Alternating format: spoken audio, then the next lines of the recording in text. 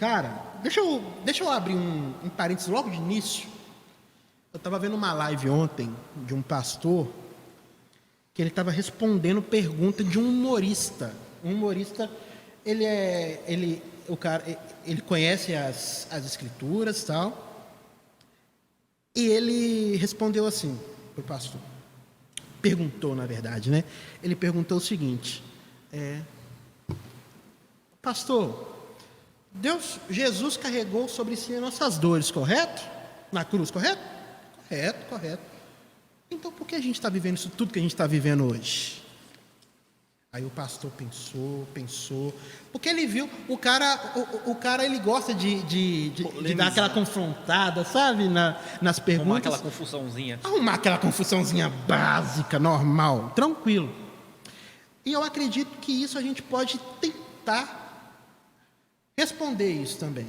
Cristo, nosso Senhor, nosso Salvador, Ele carregou sobre si nossas dores. Qual é a nossa dor maior hoje? Eu acredito que seja a morte. Ele pegou a morte e falou assim: não, eu venci. Aí a gente conversa depois lá no céu. Tipo assim, sabe? Aí a gente pode começar por isso, Rev. Ok. O sofrimento que a gente está passando hoje, é claro que Deus está olhando para a gente. Com certeza. Ele está olhando para a gente. Mas por que tanta dor? Tanto sofrimento? Ok. Quando nós olhamos a ideia que você pergunta, né? Por que tanta dor e tanto sofrimento? Basicamente, a queda ela traz consigo essa ideia dessa alienação do homem sem Deus. Então, toda vez que o indivíduo, ou a partir da queda que o indivíduo se vê distante de Deus, ele está fora daquele Éden, local de prazer, ele está fora daquela realidade a qual ele foi criado, santo, justo, porém se meteu em inúmeras coisas. Isso tudo que nós vivemos, como eu disse aqui, ela tem um fator cósmico, sofrimento.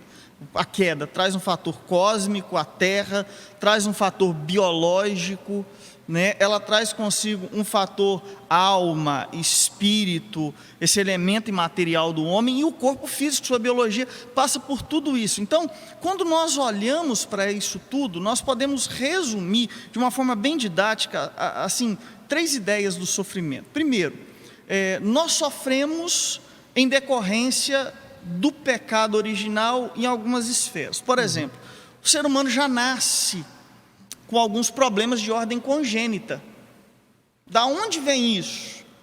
Então, isso já é o efeito do pecado sobre a gênese, sobre a genética humana. Ele não tem aquele padrão mais do Adão enquanto tal no Éden.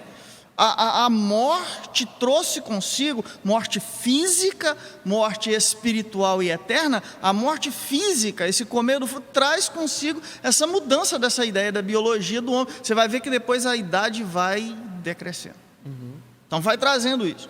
Outra coisa do sofrimento para a vida humana é que o pecado trouxe essa alienação do homem de Deus. Então esse homem, ele está, uma vez que ele está distante do Senhor, distante de Deus, ele passa a sofrer por causa da sua própria responsabilidade. Esse homem é responsável e agora em queda ele segue os desígnios do coração. Então, por exemplo, vamos pegar aqui, o sujeito está dirigindo, está numa alta velocidade, a pista diz lá 60 km por hora, ele bate, a responsabilidade é de quem? Ele mata um monte de gente, está sofrendo, responsabilidade é exclusivamente desse indivíduo inconsequente, morto em seus delitos e pecados. Então ele sofre porque ele é autorresponsável pela sua também realidade. Nós somos herdeiros do pecado original.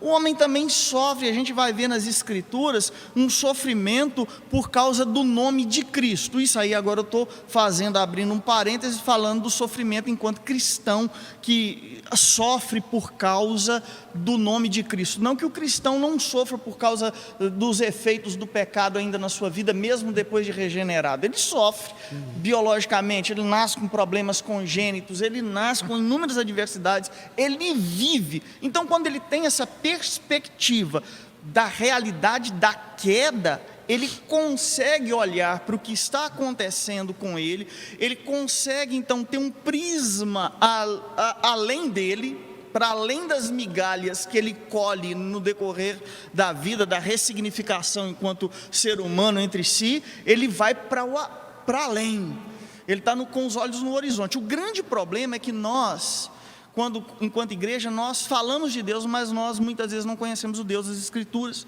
nem o seu ser, nem seus atributos. E um livro extremamente interessante, esse aqui do Dr. Heber Carlos de Campos, O Ser de Deus e Seus Atributos. Um livro assim, extremamente fácil de ler, e nós vamos ver quem é Deus. E aí, quando nós entendemos quem é Deus, nós vamos entender o motivo pelo qual o homem sofre tanto a partir dessa relação quebrada, pactual com Deus desde o Éden. Então, essa é a consequência desse sofrimento, essa é a consequência dessa dor, enquanto ponto de vista teológico agostiniano.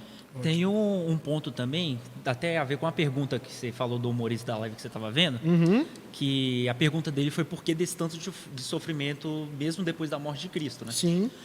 Algumas coisas que eu me perguntei durante um tempo também foi isso, e o pessoal foi entender depois de algum tempo, até com meu pai mesmo, é que quando o Cristo morreu pela gente, ele não morreu por causa do sofrimento que a gente iria ter na Terra. Sim. Foi do sofrimento pós-vida. Ele veio para poder libertar a gente de um sofrimento pós-vida dos pecados nossos, seria. Então, o sofrimento, a gente não estaria livre do sofrimento terrestre, estaria livre do sofrimento pós-vida.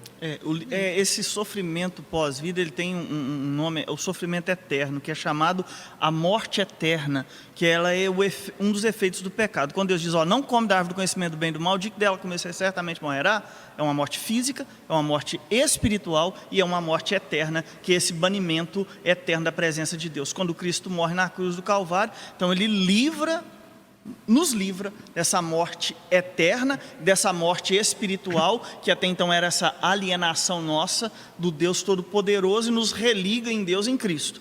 Porém, a morte física, esse sofrimento, o ser humano vai passar por Tanto que até durante os períodos da Bíblia mesmo foi até instaurado que para poder fazer a expiação dos pecados deles, eles tinham que matar um cordeiro, né? Sim. Tinha disso. E a morte de Cristo, ele é até tratado como um cordeiro mesmo.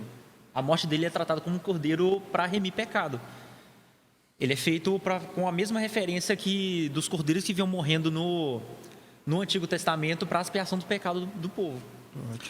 Uma das coisas que a gente vê muito é que a pós-modernidade, como diz alguns, ou como modernidade líquida, como diz o Zygmunt Bauman, ela vai trazer consigo, ou no bojo, inúmeros sentimentos de, vamos assim dizer, de sofrimento, e que deixou o ser humano mais, eu vou chamar de mimizento, mais bambimizado, mais frouxo, né? Então ela vai alienando o homem, o ser humano, né, a partir do iluminismo. Então ele vai se sentir esse cara iluminado, eu posso, eu sou, eu consigo, quando na realidade pura, somos nada. Somos nada. E quando nós quando a gente traz a ideia da ciência, né, o homem crescendo, isso faz mais do que parte, ainda que na queda, de uma das coisas chamadas mandato cultural. Você vai ver que na Bíblia o mandato cultural vai trazendo várias profissões, porém o homem está debaixo da queda. Esse homem debaixo da queda, ainda que não convertido, ele está debaixo dessa graça comum, né? O próprio Deus iluminando esse homem para trazer resposta para a humanidade das mais diversas circunstâncias, para que não haja um caos ainda maior do que já está. Sim.